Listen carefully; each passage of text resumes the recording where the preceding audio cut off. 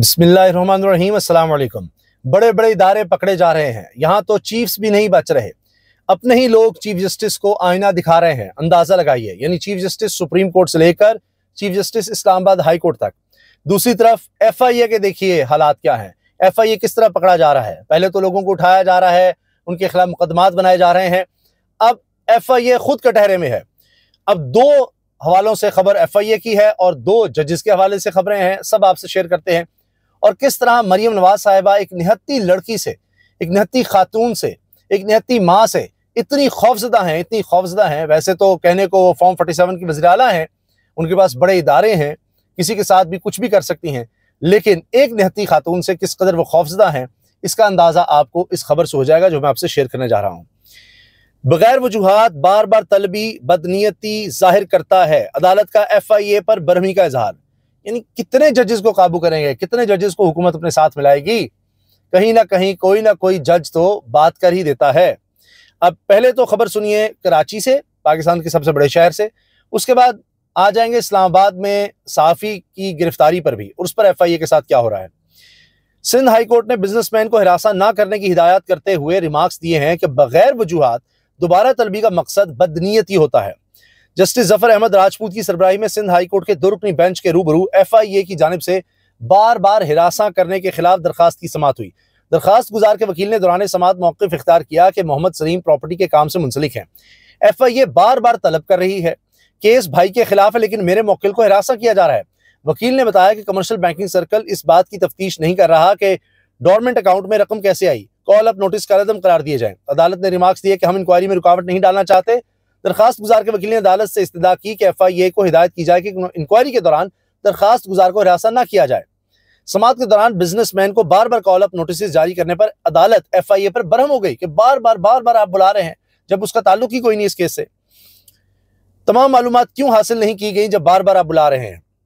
Justice Zafar Ahmad Rajput ने remarks दिए, अगर मजीद मालूमात दरकार है तो कॉल अप नोटिस में इसकी वजाहत की जाए। वजूहात जाहिर किए बगैर दोबारा तलब करना बदनीयती और मज़मूम मकासद के लिए होता है। अदालत ने दरखास्त गुजार को हिरासा न करने की हिदायत करते हुए समाअत मुलतवी कर दी। इस वक्त मुल्क में तो हिरासगी का ही माहौल चल रहा है। हर इदारे का काम यह है कि हिरासा कर दे बस लोगों को और उससे अपना काम चलाए। सहाफ़ी वहीद मुराद के जिस्मानी रिमांड के खिलाफ अपील पर FIA को नोटिस जारी।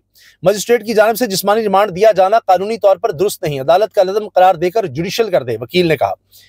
इस्लामाबाद से खबर अजीब, सहाफ़ी वहीद मुराद के जिस्मानी रिमांड के खिलाफ अपील पर अदालत ने FIA को नोटिस जारी किया। साइबर क्राइम एक्ट के तहत दर्ज मुकदमे में सहाफ़ी वहीद मुराद के 2 रोज़ा जिस्मानी रिमांड के खिलाफ अपील की समाअत डिस्ट्रिक्ट एंड सेशन कोर्ट में एडिशनल सेशन जज अफजल मजोका ने की, जिसमें अदालत ने FIA को कल सुबह के लिए नोटिस भी जारी कर दिए। दौरान समाअत अदालत की जानिब से अपील काबिल समाअत होने पर एतराज उठाया गया। अदालत ने कहा कि मजिस्ट्रेट के ऑर्डर के खिलाफ आपको हाई कोर्ट जाना चाहिए था। अब आप देखें, इसमें आपको सराहना होगा एडवोकेट ईमान मजारी को कि वो सेशन कोर्ट में आई हैं, हाई कोर्ट में डायरेक्ट नहीं गई। हाई कोर्ट में कौन है इस्लामाबाद में? बिल्कुल दुरुस्त जवाब जनाब, डोगर कोर्ट है। वहाँ डोगर साहब बैठे हुए हैं और वहाँ किस तरह समाअत होती है, क्यों उनको लाया गया है, या आप मुझसे बेहतर जानते हैं। किस तरह जजेस यहाँ पर लगाए गए हैं, भर्ती किए गए हैं, और उसमें आपके सामने आगे एक मिसाल भी आ जाएगी कि एक खातून, एक बूढ़ी औरत, माँ, वो रोती है लेकिन कोई उसकी सुनवाई नहीं होती, कोई उसकी बात नहीं सुनता, और अब वो कहते हैं जी ईद के बाद ही देखा जाएगा। वो रो रही हैं मगर उनकी बात नहीं सुनी जा रही। तो जज साहब के सामने उन्होंने कहा कि जी आपके साथ, आपके बच्चों के साथ ही होता तो क्या करते हैं। तो जज साहब ने कहा जी छोड़ें परे ऐसी जज्बाती बातें, कौन सुनता है, यहाँ किसी के एहसास नहीं, ईद के बाद होगा जी, बच्चे अगर गायब हैं तो गायब हैं। अच्छा, अब ये हुआ कि एडवोकेट ईमान मजारी ने वहीद मुराद केस में दलाइल देते हुए कहा कि अदालती नज़ायर मौजूद हैं, इस तरह की मिसालें मौजूद हैं कि सेशन कोर्ट में ही अपील होगी।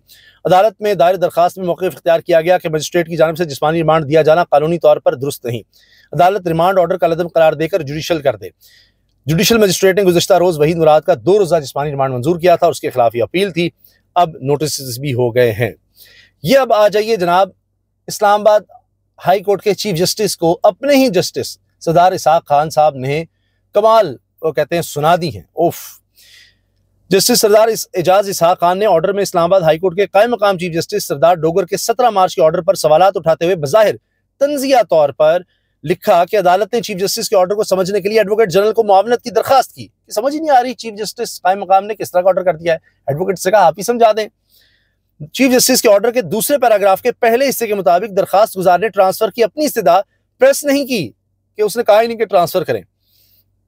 जबकि उसी पैराग्राफ के दूसरे हिस्से के मुताबिक ऐसा लगता है कि दरखास्तें यकजा करके ट्रांसफर का वही रिलीफ दे दिया गया, क्योंकि जाहिर बात है कि केस ट्रांसफर किए बगैर यकजा नहीं किए जा सकते थे।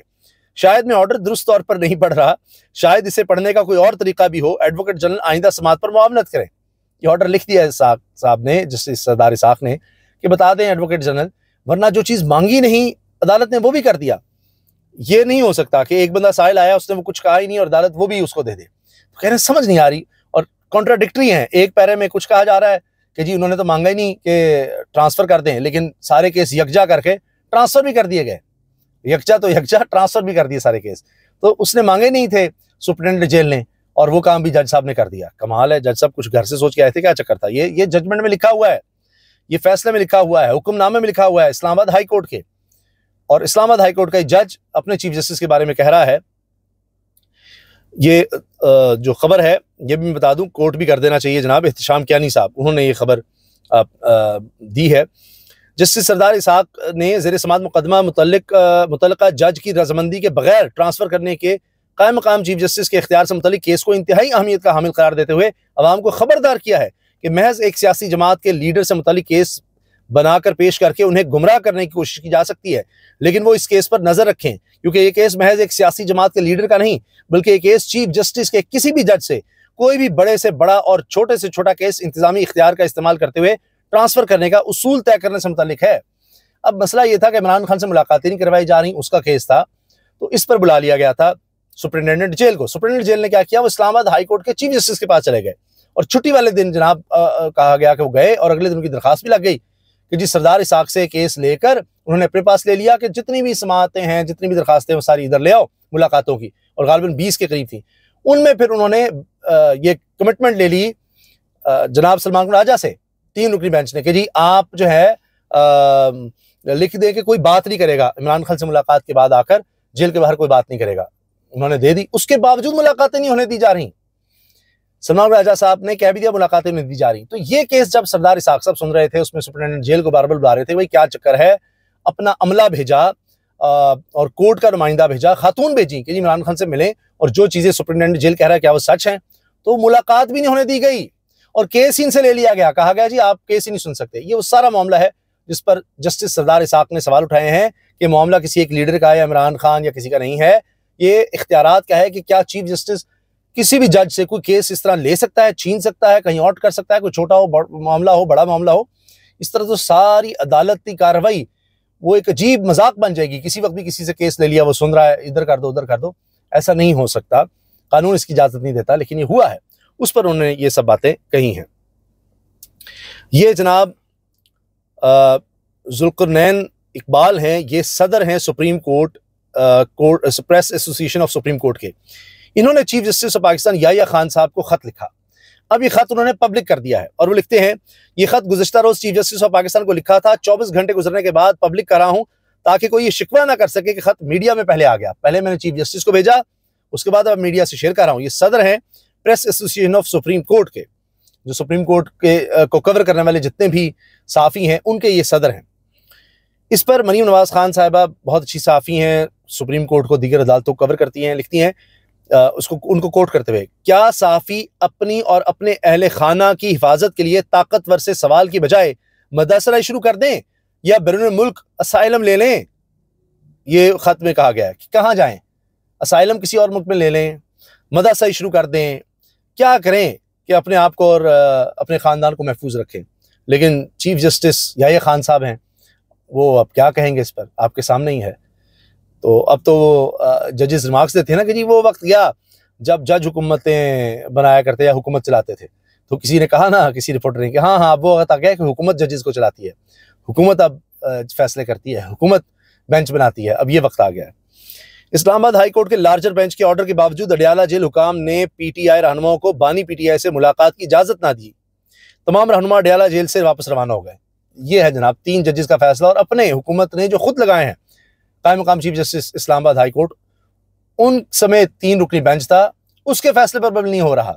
सुपरिटेंडेंट जेल एक अफसर, एक सरकारी अफसर, जज के आगे कोई भी उसकी हैसियत नहीं है, वो जूते की नोक पे रखता है, चाहे एक जज हो चाहे 3 जजेस हों, उन लार्जर बेंच के फैसलों को भी, चाहे हाई कोर्ट ही हो चाहे सुप्रीम कोर्ट ही हो, वो किसी को कुछ नहीं समझता।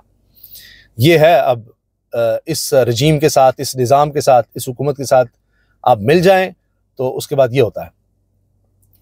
अच्छा जी, फैक्ट फोकस की एक खबर आई थी, उसने तहलका मचाया, उस पर कहा गया जी बड़े केसेस भी बन रहे हैं, सब कुछ हो रहा है। अब हुआ यह है कि उस्मान मंजूर ने लिखा है फैक्ट फोकस से ही, I Usman Manzoor was editor Fact Focus when story was published. Hereby states that story published on Fact Focus with subject of Army Chief or a King GHQ Titan's grip on civilian institutions under General Asim Munir is based on false accusations. तो fact focus की तरफ से उनके editor उस वक्त जो थे उस्मान मंजूर कह रहे हैं जी ये गलत खबर थी जो आर्मी चीफ और उनके खैला के अहले खाना के वाले से थी, और उसमें उनकी तस्वीर थी और बताया गया था किस तरह वो अहम पोजीशंस पर लगे हुए हैं और ये सब कुछ। Stories misrepresentation of facts and is a deliberate plot to peddle a narrative of malicious campaign and objectives. I denounce recent vilification campaign against army chief and family by Fact Focus. वो कह रहे जी मैं इसकी मजम्मत करता हूँ उस्मान मंजूर, fact focus पे जो कुछ आया आर्मी चीफ के बारे में, उनके खानदान के बारे में, ये सब गलत है, जो खबर झूठी है, हकीकत से इसका कोई ताल्लुक नहीं है और ये मुहिम और बयानियां बनाने के लिए ये घड़ी गई है। ये एडिटर फैक्ट फोकस उस्मान मंजूर कह रहे हैं कि मैं उस वक्त एडिटर था और मैं ये बात कह रहा हूँ। आखिर में जनाब, मैंने आपसे शुरू में जो जिक्र किया था कि एक निहत्ती लड़की जिससे सब डर गए हैं, आलिया हमजा को भी जीआईटी ने तलब कर लिया है। इस वक्त जीआईटी सारे तहरीक इंसाफ के रहनुमा को तलब कर रही है, आप आए जवाब दें, ये पोस्ट कैसे हो गई, ये किस तरह से सोशल मीडिया पे आ गई बात, चाहे उन्होंने लिखी या नहीं लिखी, उनके अपने हवाले से तो है ही है, जो कुछ कहा जा रहा है उसका भी जवाब दें।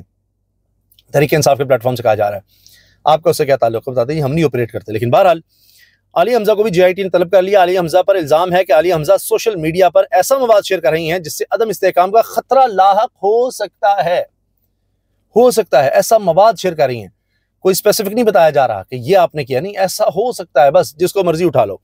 इमरान रियाज ने पहली खबर दी थी कि आलिया हमजा जिस तरह पंजाब में मुतारिक हुई हैं, जल्द इनके खिलाफ हुकूमत कोई ना कोई कार्रवाई करने जा रही है, क्योंकि हुकूमत डर गई थी। आलिया हमजा जिस तरह लोगों को निकाल रही थी, लोग निकल रहे थे, कारकुन निकल रहे थे, औरतें, बच्चे, फैमिलीज, और नजर आ रहा था कि पंजाब जाग गया है और वो अपने हुकूक के लिए निकल रहे हैं, तहरीक इंसाफ के कारकुन निकल रहे हैं, तो उस पर ये आलिया हमजा के साथ तो ये होना ही होना था।